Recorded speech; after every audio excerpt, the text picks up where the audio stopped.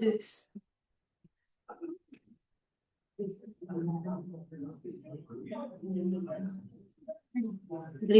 Greetings to one and all. You're listening to MMJC Updates.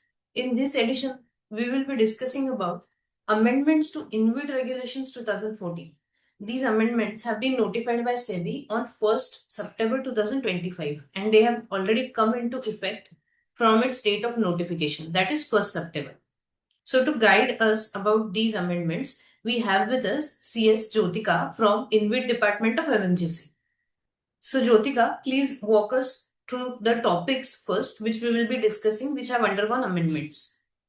Thank you, Rutuja. For the topics that have been, to give you a brief about the topics, we have divided the amendment into four parts. One is reporting requirement, the another is valuation norms, the third is public definition, and the fourth is other miscellaneous amendments, which involves amendment in allotment lot for the privately placed unit and holdco's adjustment for negative cash flow. Okay, so we will be discussing these one by one. So let's first start with the reporting requirement related amendments. So for the reporting requirements related amendments, so there have been certain quarterly and half yearly reporting that the InvIT was required to be made to board of directors or also to the trustee or also to the stock exchange. For such, like there is a quarterly report which was required to be given to the trustee on the activities and performance of the InvIT. Whereas there was a quarterly report which was also required to be placed before the board of directors of IM, which also involves certain financial operation related data or financial performance of an InvIT for that particular quarter. However, these two reports were required to be given within 30 days from the end of quarter. But after this amendment, since they contain some financial performance related figures or data, they have been aligned with the timeline of submission of the financial results. So after this amendment, they have to be submitted within 45 days or 60 days from the end of quarter, 60 days for the last quarter. That is annual reports. Correct. Okay. So basically here the timeline is aligned and there are no multiple timelines now, only one timeline which is for the submission of financial results that has to be followed. Correct. Then moving forward, so there was a half-yearly report also which was required to be given by the privately placed InvIT as well as by the publicly placed InvIT under Regulation 23 to the stock exchange. But now after this amendment, this half-yearly report is only to be given by the publicly offered InvIT. The earlier timelines it was to be submitted within 45 days from the end of half year.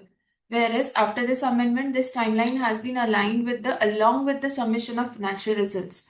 So whenever we are submitting the financial results for the September quarter, at the same day, publicly placed InvIT are required to publish their half-yearly report to the stock exchange. Whereas then there was another reporting requirement for the quarterly reports under Regulation 23 itself. So for InvITs, be it privately placed or be it publicly placed, if they have borrowings of more than 49%, then they are required to give this quarterly report to the stock exchange for the quarter ended June and December. But after this amendment, this quarterly report is required to be given for the June quarter, September quarter, December quarter, along with the submission of financial results. So earlier the timeline was 30 days from end of quarter, whereas now they have aligned this timeline along with the submission of financial results. Okay. So like you said, on the same day on which the financial statements are submitted, same day these reports also have to be submitted. Okay. And for the September quarter, 2 reports are to be submitted. That is half yearly as well as quarterly. So if there is a publicly placed InvIT, which has borrowing of more than 49%. So in that case, the dual reporting would be applicable as such because they would be required to give the half-yearly report as well as the quarterly report. Okay. So can we move to the next point? So the next amendment are regarding the valuation norms. So there typically InvIT have been given timeline of within 15 days, to submit that valuation report to the trustee or to stock exchange. So there have been periodic valuations also been given or mandated by InvIT regulations for the InvITs. So if there is any annual valuation which has to be taken, so it was earlier the timeline was within 60 days from the end of the year, and that valuation report was required to be submitted to stock exchange and trustee within 15 days of receipt of same. But after this amendment, all of these timelines for the periodic valuation have been aligned with the timelines of the submission of financial results. So if there's any annual valuation which is taking place, so that has to be given along with the annual financial results to the stock exchange as well as to the trustee. if there is any half yearly valuation involved for the purpose of publicly placed InvIT, then the same is to be submitted along with the quarterly financials for the September quarter. If there is any quarterly valuation involved, which is applicable for the privately or publicly placed InvIT having borrowing or having leverage more than 49%, then that has to be submitted along with the quarterly financial results. Apart from this, if InvIT undertakes any other valuation report, be it at the time of issuance of units or be it at the time of acquisition of assets, so those valuation reports are to be given within 15 days of receipt of the same. So to summarize it, all the periodic valuations are to be submitted along with the financial results on the same day of submission of financial results to the trustee and stock exchange. Whereas if there are any other valuation reports involved, so that has to be given within 15 days of receipt of the same. Okay. So this amendment also relates majorly to alignment of timelines.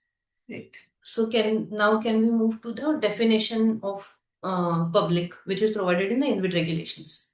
So for the definition of public, that has undergone a change recently. So earlier, by this amendment, public was defined as for the purpose of offer and listing of units, means any person other than the related party of the InvIT. But if that person is a QIB, then that person would be included in the term public.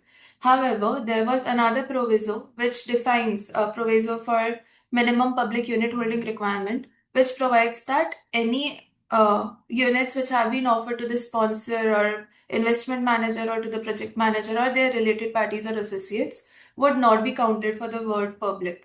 So there was a disparity as such because for the minimum public unit holding requirement, there was no clarity given on the term QIB because such persons would be included in the term public. So to bring that clarity and to bring that power, so they had amended Regulation 14(1)(a) and they had eliminated this clause from there and they had included or they had amended the public definition, which now includes that any person which is a related party of InvIT, its sponsor, investment manager or project manager will not be considered in the term public until and unless it's a QIB. Further, if there are any units which have been allotted to the sponsor group, IM or project manager, those shall not be considered in the word public. Okay. So this amendment is more of a clarificatory nature. It is brought to avoid any confusions. Correct. So this amendment has been given for a clarificatory nature. However, after this amendment, InvITs are expected to check their minimum public unit holding requirement, as well as they had to also check whether any of the related party of the InvIT or IM or PM or sponsor is qualifying as QIB or not to be considered into word public. Okay. So moving on to the miscellaneous amendments. So the other key amendments involved regarding the minimum allotment with trading lot for privately placed InvIT. So as we know that the trading lot for the privately placed InvIT is currently placed at 25 lakhs. So for the secondary market, it is 25 lakhs. However, for the primary market or primary issuance, that allotment lot was 1 crore or 25 crores. Like it depends on the asset mix of the InvIT, of the privately placed InvIT.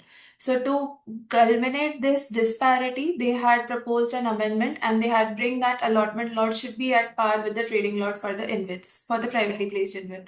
So currently, the allotment lot for the privately placed InvIT is 25 lakhs. Okay, so they have aligned the two, and it will be beneficial to the investors. Correct. So the another amendment is regarding the set off for negative cash flow. So why this amendment? Because as per the distribution requirements, if there is a holdco structure involved in InvIT, then any of the amount which is received by the holdco is to be upstream to the 100% upstream to the InvIT. So they cannot use that amount received from the SPVs to set off the negative cash flows which have been generated by holdco on its own. So to culminate that disparity, SEBI has amended this provision and then they have allowed this holdco layers or any of the InvIT with the holdco layers to set off the negative NDCF if they have any with the surplus SPV cash flows. That is again subject to certain disclosures. However, these disclosures, like major impact or major actionable after this amendment would be like you have to identify the negative cash flows which are there at the holdco level. Further, the distribution policy is also required amendment because if we are using or if we are to use the surplus cash flows that are received by the SPV, then those distributions should be in accordance with the distribution policy. So therefore, this will warrant for distribution policy amendment as well. Okay, so that means if a holdco has a negative cash flow, then it can set off that cash flow from the cash received from the SPV, SPVs. and then the remaining balance it will transfer to the InvIT. And for this, it will have to amend its distribution policy. Correct. So now, as we discussed at the beginning, the amendment has already come into effect from 1st September. And now that 30th September is approaching, we are nearing the end of quarter or near end of half year. So, like in case of this cash flow, you told us that we will be required to amend the policy. What are the other changes that the InvIT will have to be prepared, keeping in view this amendment which has come up, new amendment? So the immediate actionables for the InvIT as such would be like they have to enroll all the stakeholders, be it valuer, be it their finance team, or be it their secretarial teams, because there is a change in timeline for submission of many of the reporting or disclosure requirements. So valuer, they have no longer given timeline of 15 days to submit the valuation report. So therefore, the valuation report is to be received on the same day when the board meeting is to happen by the InvIT.